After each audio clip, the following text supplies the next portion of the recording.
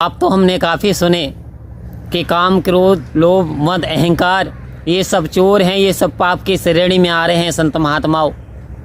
लेकिन कह रहे हैं क्या जानते हैं आप, सबसे बड़ा पाप जिसके कारण इंसान का सब कुछ लुट जाता है, इंसान का पुण्य छिन जाता है, इंसान की करी कमाई सारी नष्ट हो जाती है। कैसे नष्ट हो जाती है? जैसे कूड़े का ढेरों और एक तीली उसमें लगा दी जाए तो सारा कूड़ा करकट जल करके नष्ट हो जाता है। संत महात्माओं, एक बार होता क्या है, एक राजा, बड़े महादानी राजा थे।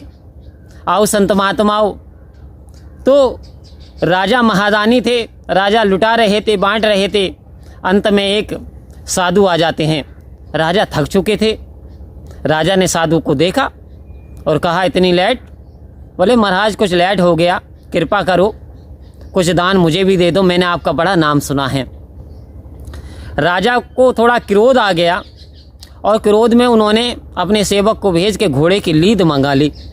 आओ संत महात्माओं, लीद जो है वो संत ने अपने दामन में, अपने वस्त्र में, यानी जो झोली थी उसमें डाल ली और मुस्कुराते हुए वो चला गया। संत वहाँ से चला गया मुस्कुराते हुए। राजा का धीरे धीरे क्रोध ठंडा हुआ और वो संत अपनी कुटी में जा कर के रहने लगे। आओ संत महात्माओं, इधर एक बार राजा को लगा कि चलो काफ़ी समय हो गया, शिकार खेलने वन को जाना चाहिए। राजा अपने सैनिकों के साथ वन को शिकार करने के लिए चला गया। शिकार करते करते राजा घनघोर जंगल में जा पहुंचा और वहां उसके सैनिक उससे बिछड़ गए। अब राजा प्यास के मारे त्राही त्राही हो रहा था, प्राण से निकल रहे थे। अचानक उसने देखा कि एक कुटिया देखी, एक आश्रम देखा। राजा वहां पे चला गया। राजा देखता क्या, एक सन्यासी आसन लगाए हुए हैं, परमात्मा का ध्यान मगन बैठे हैं। और आश्रम में क्या देखता, आश्चर्यचकित वस्तु कि वहाँ पे बहुत सारी घोड़े की लीद थी, काफ़ी घोड़े की लीद थी। उन्हें देखा, इधर उधर देखा तो कहीं घोड़ा नज़र नहीं आ रहा, अस्तबल नहीं, कहीं कुछ नहीं। आओ संत महात्माओं, राजा ने साधु से विनती की कि महाराज ये बात बताइए, ये क्या कारण है, घोड़े की लीद क्यों है? तो राजन कहते हैं, राजा से रिसीवर कहते हैं कि हे राजन, एक राजा है जिसने हमें घोड़े की लीद दी, दान में दी है, और दान 10 गुना बढ़ता है, ये तो बढ़ ही रही है, तो आखिर फिर इस लीद का होना क्या है गुरुवर? कह रहे हैं ये लीद उसी राजा को खानी पड़ेगी जिसने दान दिया है, कि जैसी करनी करेगा कोई वैसा ही फल पाएगा। सच्चा है दरबार साहिब का, जो बीजे सो खाएगा। कह रहे जैसी करनी करेगा ऐसे ही तो फल पाएगा। अगर उसने दान ये दिया तो यही तो खाना पड़ेगा। आओ संत महात्माओं, राजा को याद आया, अरे ये लीद तो मैंने दी थी और संत भी वही हैं।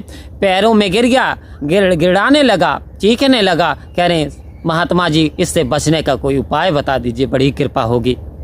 आओ संत महात्माओं, संत मुस्कुराए, कह रहे बचना चाहता है तो एक रथ सजवाना, उसमें 3-4 लड़कियों को जो कि जवान हो और आधे कपड़े पहनी हुई हो, उनके कंधे पे हाथ रख कर के शोभा यात्रा निकालना नगर के।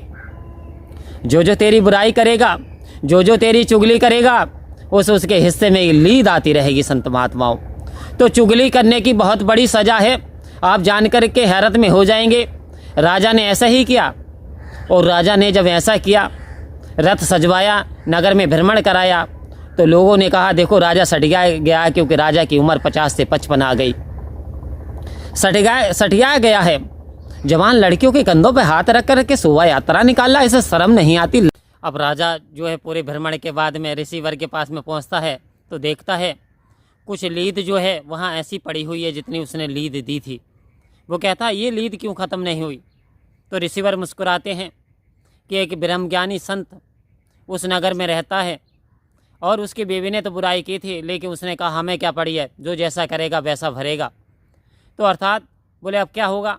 बोले होगा ये तो तुझे खानी पड़ेगी। बोले महाराज कृपा करो। बोले कृपा इतनी है, इसे तुझे ऐसा करना है, इसकी भस्मी बना लेनी है, इसे जला लेना है और जला करके इसे रोज़ को तुझे फाँकना है, खानी है, वरना तू फेंक देगा, छोड़ देगा तो फिर भी तुझे खानी पड़ेगी। तो आओ संत महात्माओं, कह रहे हैं कि उन सब ने जो है चुगली करी थी, वो जो सारी लीद उनमें बंट गई, उन्हें खानी पड़ेगी। तो हम यदि भक्ति करते हैं तो मुबारक हैं, बंदगी करते हैं, प्रार्थना करते हैं, सत्संग करते हैं, सिमरण करते हैं, लेकिन संत महात्माओं क्या आप जानते हैं एक बाल्टी आप पानी भर करके लाते हैं और उस बाल्टी बड़ा स्वच्छ जल है, पीने लायक है, लेकिन कोई व्यक्ति उसमें एक मुट्ठी भर मिट्टी डाल देता है तो गंदा जल पीने लायक नहीं रहता। ठीक इसी प्रकार से हम जो भक्ति करते हैं, सत्संग करते हैं, सेवा करते हैं, सत्संग करते हैं, आओ संत महात्माओं, सदगुरु की असीम कृपा बरसती है। लेकिन इसके साथ साथ हम सबसे बड़ी गलती क्या करते हैं, हमारे मन माफी कोई सेवा नहीं मिली, हमने बुराई करनी शुरू कर दी। हमने अपने पड़ोसियों की बुराई करनी शुरू कर दी, अपने रिश्तेदारों की कर दी, दूसरे महात्माओं की कर दी कि फला महात्माओं को देखो, पूरे गुरु दिखाई देते, अपने आप को इन्हें ना जाने क्या क्या समझते हैं। किसी भी प्रकार की चुगली, बुराई संत महात्माओं इससे बड़ा कोई पाप नहीं है। यह आपकी पूंजी को नष्ट कर देती है, यह आपके पुण्य को खा जाती है। तो सत्संग में जाना बड़ी अच्छी बात है, सिमरन करें, सेवा करें, सत्संग करें, सतगुरु के वचनों का पालन जरूर करें और हमें इस बुराई से बचें। चुगली अपने जीवन में कभी ना करें, चुगली की बहुत बड़ी सज़ा है। चुगली करने वालों को आओ संत महात्माओं, जितना पुण्य नष्ट हो जाता है सतगुरु की कृपा उन पर नहीं बरसती। इसलिए इस बुराई से बचते हुए सतगुरु के चरणों में निवेदन करें कि सतगुरु हमको तुम्हारी मेहरबानी चाहिए, खुश रहे हरदम वही तो जिंदगानी चाहिए, और तेरे चमन की एक कली ए मेरे सच्चे पातशाह मुस्कुरानी चाहिए, मुस्कुरानी चाहिए। परम प्यार से बोलिए धन्यकार जी।